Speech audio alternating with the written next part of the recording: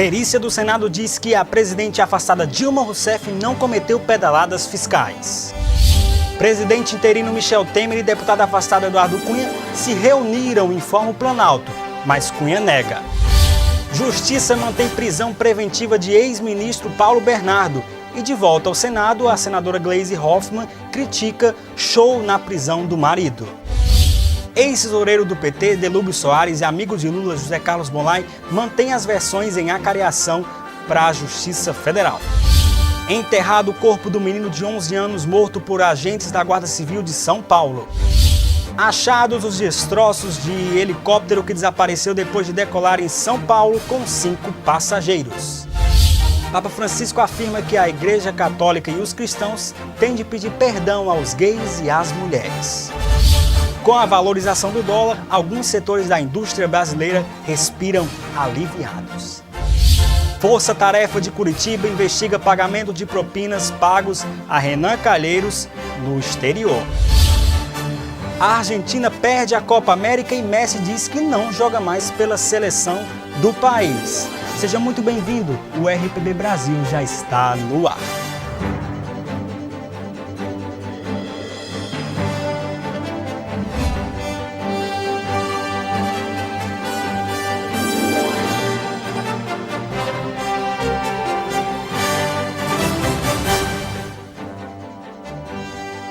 Boa noite.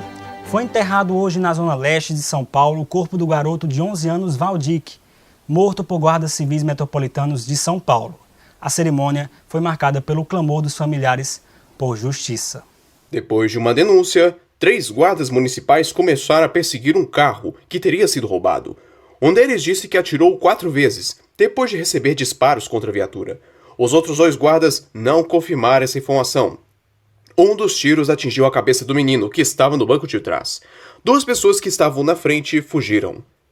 Às 7 horas desta segunda, o Instituto Médico Legal liberou o corpo do menino, que morreu 45 dias antes de completar 12 anos.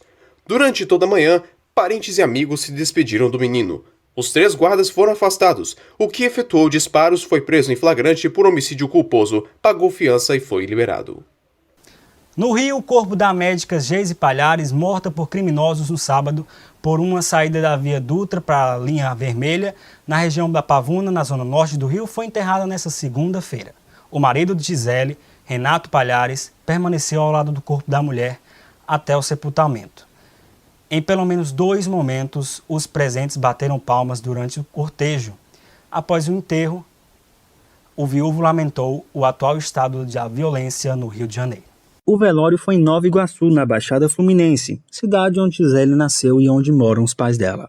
A médica Gisele Palhares Gouveia tinha 34 anos e trabalhava numa unidade pública de saúde na Baixada. Ela voltava do trabalho no sábado à noite, quando foi surpreendida por bandidos e baleada num dos acessos à linha vermelha, perto da Via Dutra. A Via Expressa corta a região da Pavuna, no subúrbio, onde ficam conjuntos de favelas que vivem em conflitos. Logo depois do enterro, marcado por muita revolta, amigos da médica se reuniram em frente à clínica onde ela trabalhava. Pediram mais uma vez o fim da violência. Isso não pode ficar impune e a gente tem que acabar com isso, de uma vez por todas. Não dá para ficar andando de carro blindado. O problema é essa faixa de Gaza que, infelizmente, hoje a gente tem no Rio de Janeiro, que é a linha vermelha e a linha amarela. Em instantes, perícia diz que Dilma Rousseff não cometeu pedaladas fiscais. Presidente interino Michel Temer se reúne com Eduardo Cunha no Planalto. Força Tarefa de Curitiba investiga pagamentos de propina pagos a Renan Calheiros no exterior. E a Argentina perde a Copa América. O RPB Brasil volta já já.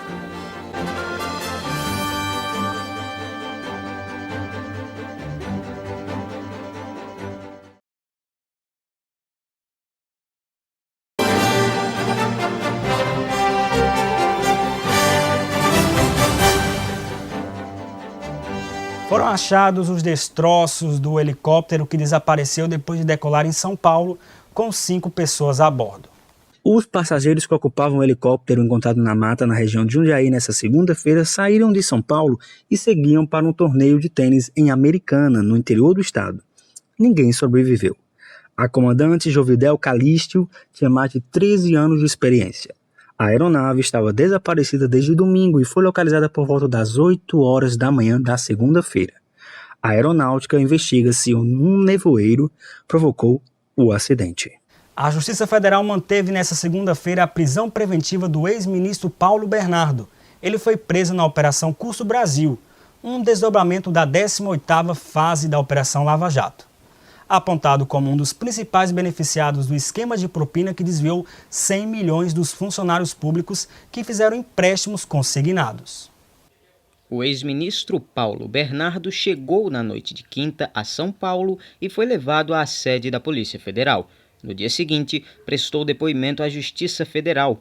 Segundo o Ministério Público Federal, a empresa contratada pelo Ministério do Planejamento para a gestão de crédito consignado a funcionários públicos, o Grupo Consiste, cobrava mais do que deveria e repassava 70% do seu faturamento para o PT e para políticos. A propina paga entre 2009 e 2015 teria chegado a cerca de 100 milhões de reais.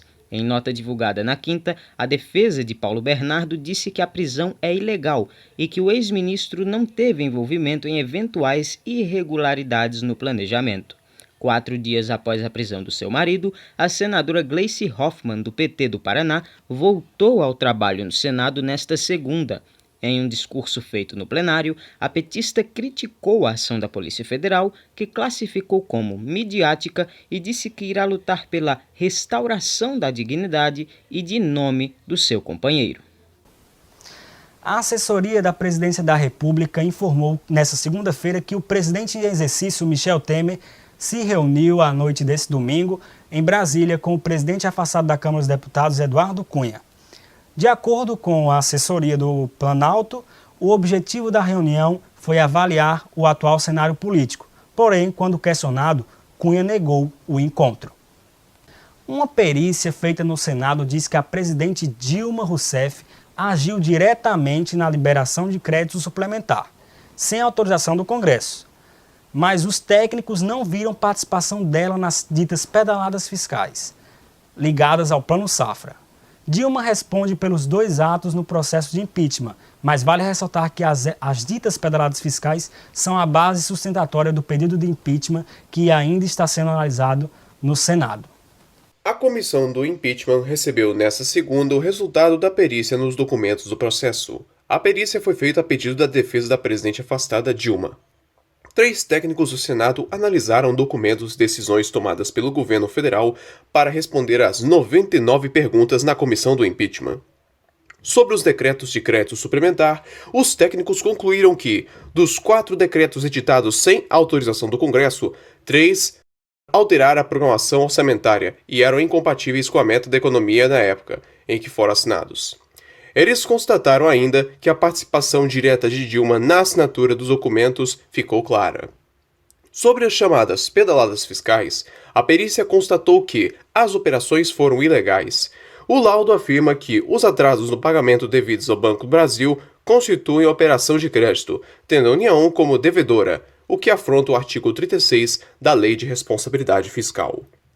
Na operação, o governo teve que pagar 450 milhões de reais em juros para o Banco do Brasil pelos atrasos nos repasses do Plano Safra.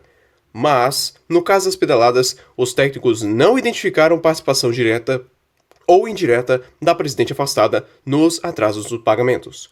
Os 3 técnicos do Senado responsáveis pela perícia só vão debater o laudo com os senadores na semana que vem.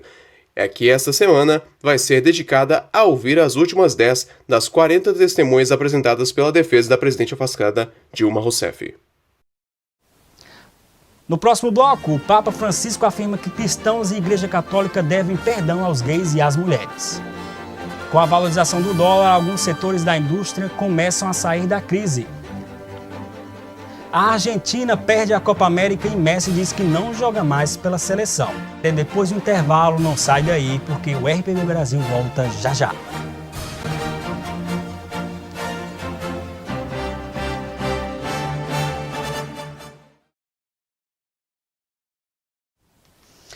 A perícia encomendada pelo Senado Federal atestou que a presidente Dilma Rousseff não tem ligação direta e nem indireta com os atos ditos como pedaladas fiscais. Isso significa que a base que fundamentou a abertura do processo de impedimento, elaborado pelos juristas Anaína Pascoal, Miguel Reale Júnior e Hélio Bicudo, é inconsistente para configurar o crime de responsabilidade. Então, assim sendo, não há crime. Se não há crime, não há dolo. E se não há dolo, então esse processo, juridicamente falando, no dito popular já era. Então, nos resta a reflexão. É correto dar prosseguimento a um processo de impeachment quando sua base está infundada e impedir uma presidente eleita e reeleita pelo povo para um mandato de 4 anos sem crime? É justo julgar apenas politicamente e não juridicamente? Aparentemente, só temos 2 opções. A volta de uma presidente que vinha fazendo um governo ruim, vamos ser claros, porém dava sinais de que estava disposta a melhorar a situação do país. Ou os 2 anos de um governo que aparenta estar trabalhando para obstruir a Lava Jato, pois toda semana é um escândalo diferente envolvendo os principais nomes dos componentes do governo, e em especial do presidente interino, que foi citado na delação do Sérgio Machado por recebimento diretamente de propina. Impunidade ou 2 anos que passam? A hora é agora, e quem decide é você. Eu volto amanhã, às 8 horas, se Deus quiser. Boa noite, Brasil!